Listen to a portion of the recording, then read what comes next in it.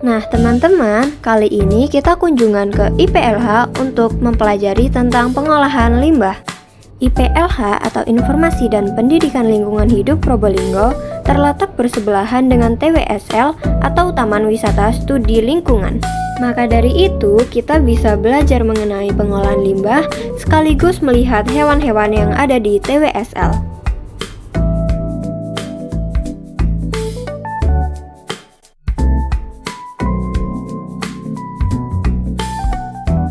Nah, setelah cukup puas melihat bermacam-macam hewan, sekarang kita lanjut untuk belajar pengolahan limbah.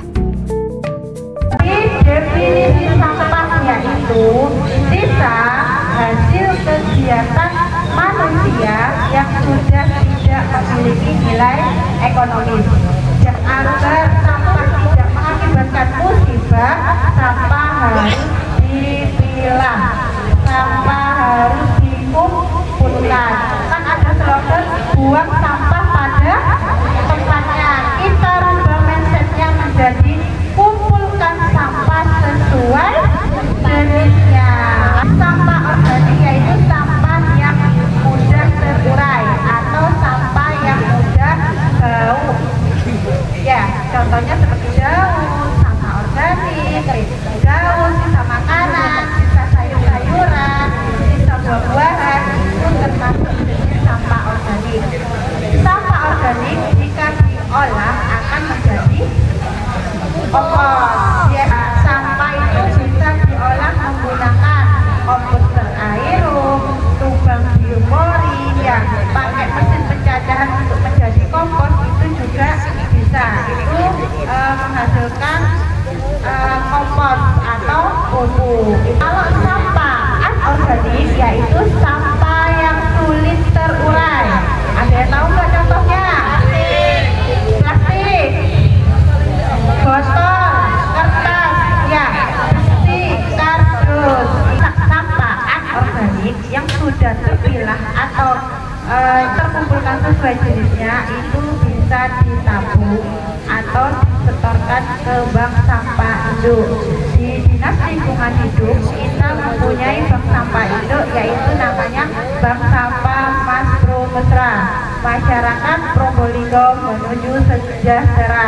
Seperti infus, musik, aki, baterai, oli itu termasuk jenis sampah B3, bahan berbahaya dan beracun. Tapi di daerah kita tidak mengolah jenis sampah B3. Di daerah kita cuma mengolah jenis sampah organik, anorganik sama sampah residu. Terus sampah B3 itu diapakan?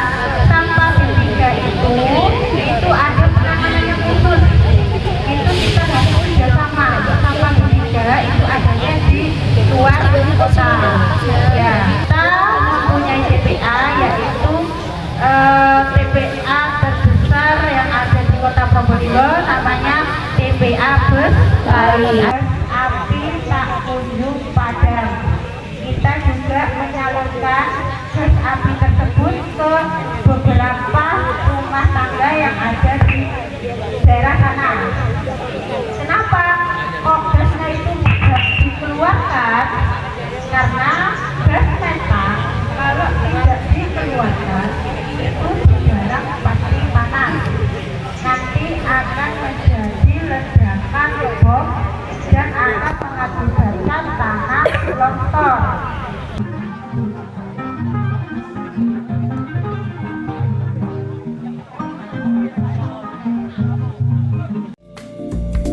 Setelah pembahasan yang cukup panjang, kami juga membaca artikel-artikel terkait pengolahan limbah di Probolinggo.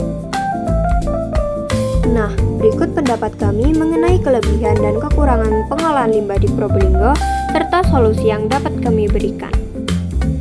Kelebihan dari pengolahan limbah di Probolinggo yaitu 1.